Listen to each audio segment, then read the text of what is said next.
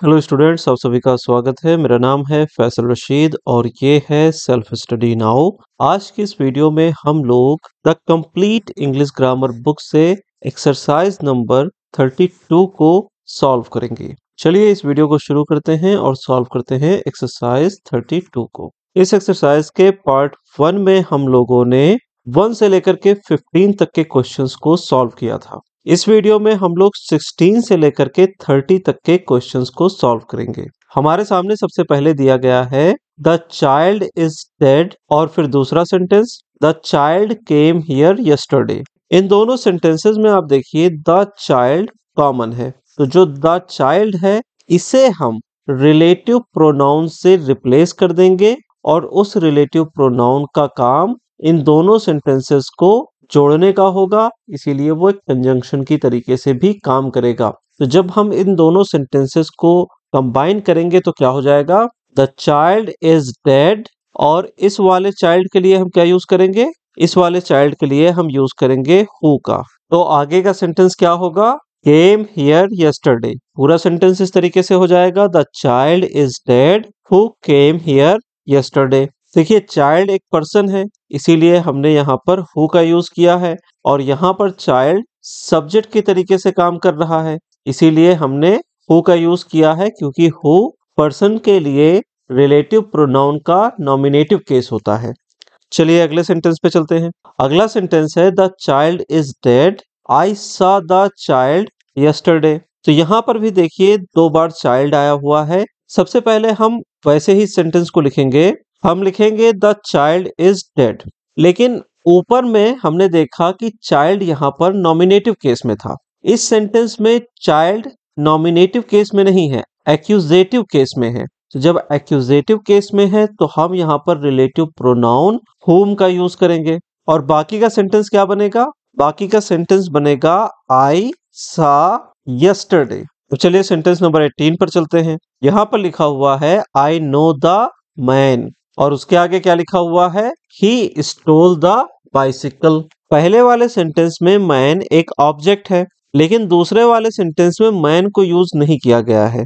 Man की जगह पर एक पर्सनल प्रोनाउन ही को यूज किया गया है। ये पर्सनल प्रोनाउन नॉमिनेटिव केस में है, यानी कि यहाँ पर ये सेंटेंस का सब्जेक्ट है और ये किसे रिफर कर रहा है, ये मैन को रिफर कर रहा है। तो हम इसे इस तरीके से लिखेंगे, आई नो द मैन, और इस ही के लिए हम क्या यूज करेंगे, इस ही के लिए हम रिलेटिव प्रोनाउन जो कि नॉमिनेटिव केस में होगा पर्सन के लिए, उसे यूज करेंगे और ये होता है हु।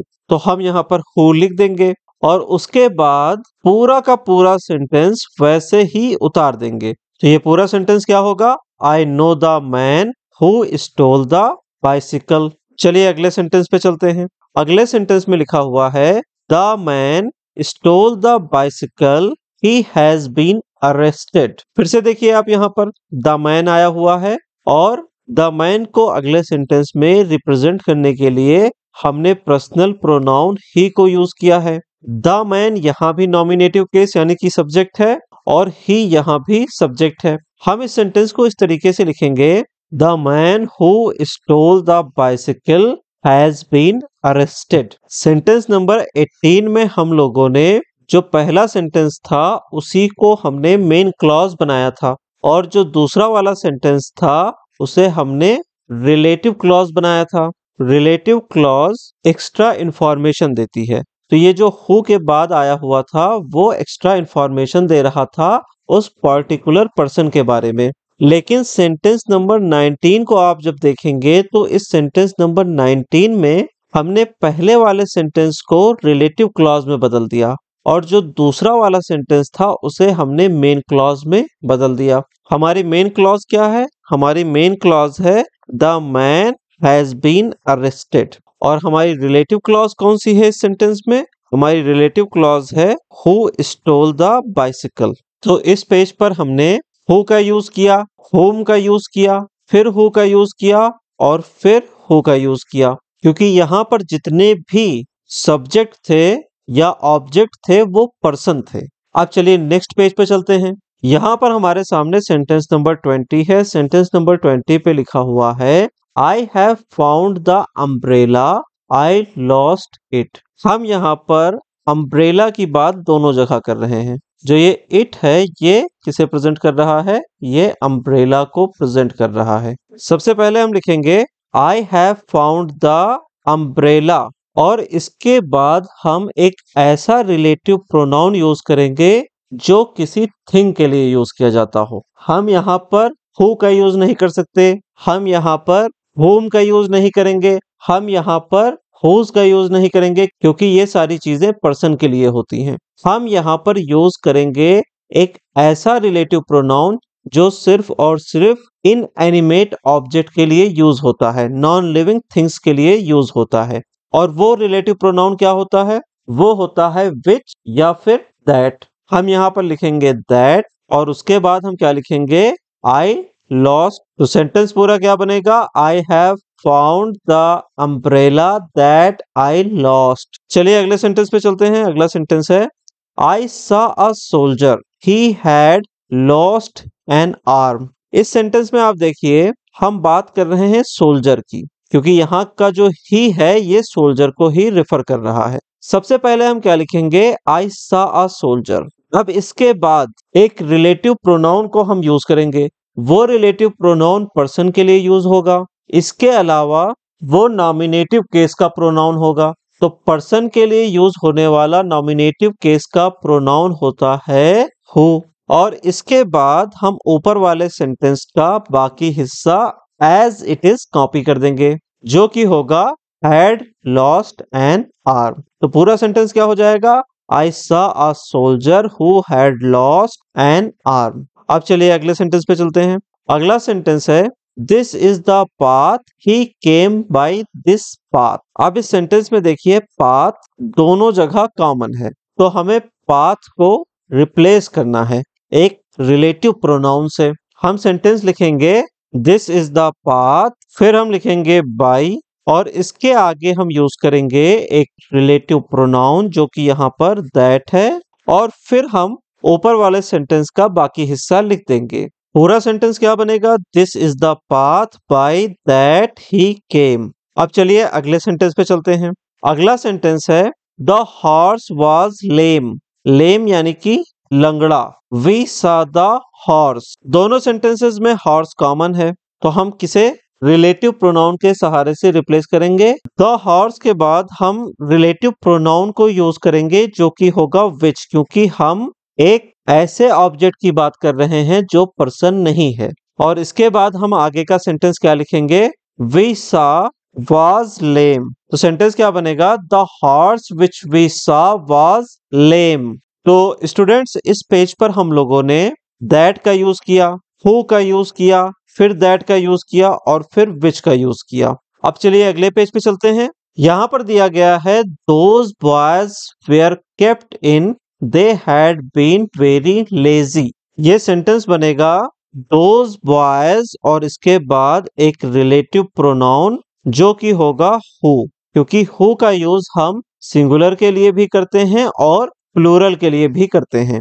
अब इसके आगे हम लिखेंगे had been very lazy were kept in. पूरा सेंटेंस हो जाएगा those boys who had been very lazy were kept in. अब चलिए अगले सेंटेंस पे चलते हैं। अगला सेंटेंस है I saw a girl she was singing. इस सेंटेंस में हम पहले लिखेंगे आई सॉ अ गर्ल और इसके बाद हम रिलेटिव प्रोनाउन हु का यूज करेंगे, क्योंकि रिलेटिव प्रोनाउन हु पर्सन के लिए यूज किया जाता है। और इसके बाद दूसरे सेंटेंस का बाकी हिस्सा हम लिख देंगे। फिर चलिए अगले सेंटेंस पे चलते हैं। लिखा हुआ है that boy bowls very well you see him there. इस सेंटेंस में हम सबसे पहले लिखेंगे दैट बॉय और उसके बाद हम यहाँ से इस सेंटेंस के ऑब्जेक्ट को लिखेंगे।